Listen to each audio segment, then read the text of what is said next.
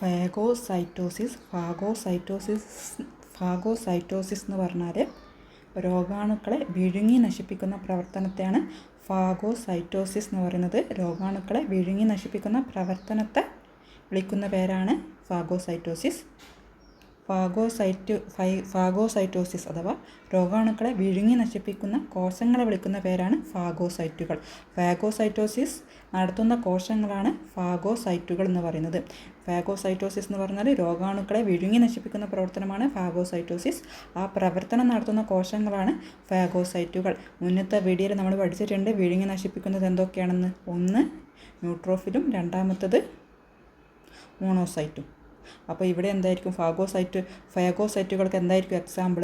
ന്യൂട്രോഫിലും മോണോസൈറ്റും. അത് നമ്മൾ പഠിക്കേണ്ടിട്ട് ന്യൂമോ എന്ന് പഠിച്ചു വെക്കുക. Neutrophil, monocyte, Fargo. Pneumo, Fargo. അപ്പോൾ ന്യൂട്രോഫിലും മോണോസൈറ്റുമാണ് ഫാഗോസൈറ്റുകൾ എന്ന് പറയുന്നത്.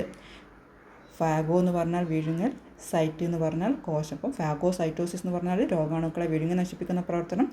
ഫാഗോസൈറ്റോസിസ് നടത്തുന്ന കോശങ്ങളാണ് ഫാഗോസൈറ്റുകൾ. അതാണ് നമ്മുടെ ന്യൂമോ മീൻസ് ന്യൂട്രോഫിലും മോണോസൈറ്റും. ഇനി ഫാഗോസൈറ്റോസിസിൽ ഫാഗോ എന്ന് പറയുന്ന വിഴുങ്ങലെന്നും സൈറ്റ് എന്ന് പറഞ്ഞാൽ കോശം എന്നുമാണ് മീൻ ചെയ്യുന്നത്. ഇവിടെ ഓർമ്മിക്കേണ്ടത് ഫാഗോസൈറ്റോസുകളാണ് ന്യൂട്രോഫിലും മോണോസൈറ്റും. പിന്നെ നമ്മൾ നേരത്തെ പഠിച്ചു ന്യൂട്രോഫിലിൽ ബാക്ടീരിയയാണ് വിഴുങ്ങി നശിപ്പിക്കുന്നതെന്ന് പഠിച്ചപ്പോൾ ബാനു എന്ന് പഠിക്കുക. ബാനു, ബാക്ടീരിയ, ന്യൂട്രോഫിൽ. പിന്നെ നമ്മൾ മോരോ എന്ന് പറഞ്ഞാൽ എന്താണെന്ന് വെച്ചാൽ രോഗാണുക്കളെ വിഴുങ്ങി നശിപ്പിക്കുന്നതെന്ന് പഠിച്ചത്. എന്താ രോഗാണുക്കളെ വിഴുങ്ങി നശിപ്പിക്കുന്നതെന്ന് എടുത്ത് ചോദിച്ചാൽ മോണോസൈറ്റ് എന്ന് പറയാം. മോരോ, ബാനു, ന്യൂമോ, ഫാഗോ. ന്യൂട്രോഫിൽ, മോണോസൈറ്റ്, ഫാഗോസൈറ്റുകളാണ്. അതിൻ്റെ അകത്ത് ബാക്ടീരിയയാണ് ന്യൂട്രോഫിലിൽ, രോഗാണുക്കളെയാണ് മോണോസൈറ്റ്.